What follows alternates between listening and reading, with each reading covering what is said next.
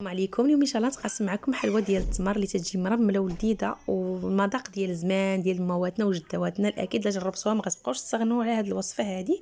غادي نحتاجوا في المكونات ديال العجين 200 غرام ديال الزبده، نص كاس زيت، نص كاس مزهر، وثلاثه المعالق سكر سنيده والدقيق. تنجمعوا العجينه وتنخليوها على جنب، تنغطيوها بطبيعه الحال وكندوزو نحضروا العقده ديال التمر اللي غادي نحتاجوا فيها 500 غرام ديال التمر هكايا اللي تيكون جاهز، او ممكن تجيبوه تبخروه تحيدوا ليه العلفه وتبخروه. كنضيفوا ليه معلقه صغيره ديال القرفه، معلقه كبيره ديال الزبده، نص كاس ديال المزهر، وغنضيفوا المسكه الحره كنطحنوها مع شويه السنيده وكنضيفوها ليه.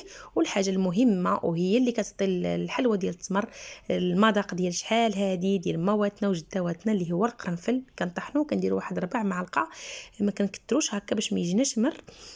كما قلت لكم القرنفل هو اللي تيضيف المذاق الرائع للتمر، كيجي لذيذ بزاف به، ضروري منه. لما كانش راه كتجي حلوه التمر ناقصه بزاف.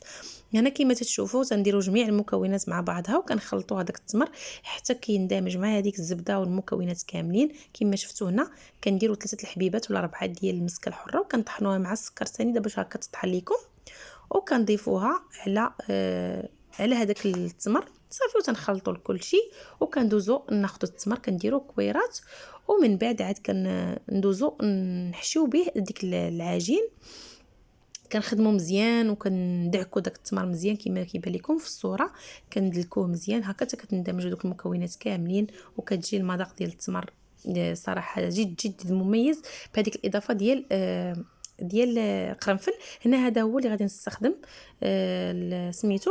صافي هنا بعد ما كورت هذيك العجينه كنديروا التمر الوسط في العجينه وكنديروا كويورات هكايا وكنديروها في هذاك القالب اللي وريتكم او المقطع، وكنوركوا عليها كنضغطوا عليها صافي وكنحيدوها منه. كنديروها في لاطه وكندخلوها للفران، كندخلوها نشعلوا لها غير من التحت حتى كتحمر. عاد كندير واحد شويه من الفوق، ما كنحمروش بزاف، كنحتاجوا هكا يبقى اللون شويه بيض صافي. وكندوزو نفندوها حتى كتبرد تماما مزيان. لا طيبتوها في الصباح خليوها حتى العشيه، عاد كندوزو نفندوها في السكر ثقيل او سكر كلاصي.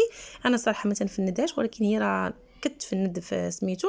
صافي كيما شفتوا كيفاش كتجي معنا مرمله ولذيذه وكتجي جد جد جد مميزه كيما غادي نوريكم في الصوره كيفاش كتجي هذيك العجين. كتجي مرمله بزاف ولذيذه، وداك التمر كيجي منسم بالقرنفل. وصراحه كيجي انا هذه هي الوصفه ديالي ما عمرني ما بدلتها، عندي من زمان دابا شي 12 عام تقريبا هكاك وانا كنخدم نفس الطريقه، عمرها ما خطاتني وانتم ان شاء الله ما غتبقاش تخطاكم. صافي هنا كما تشوفوا كان هذا هو الشكل النهائي. نتمنى ان شاء الله تجربوها وتعجبكم.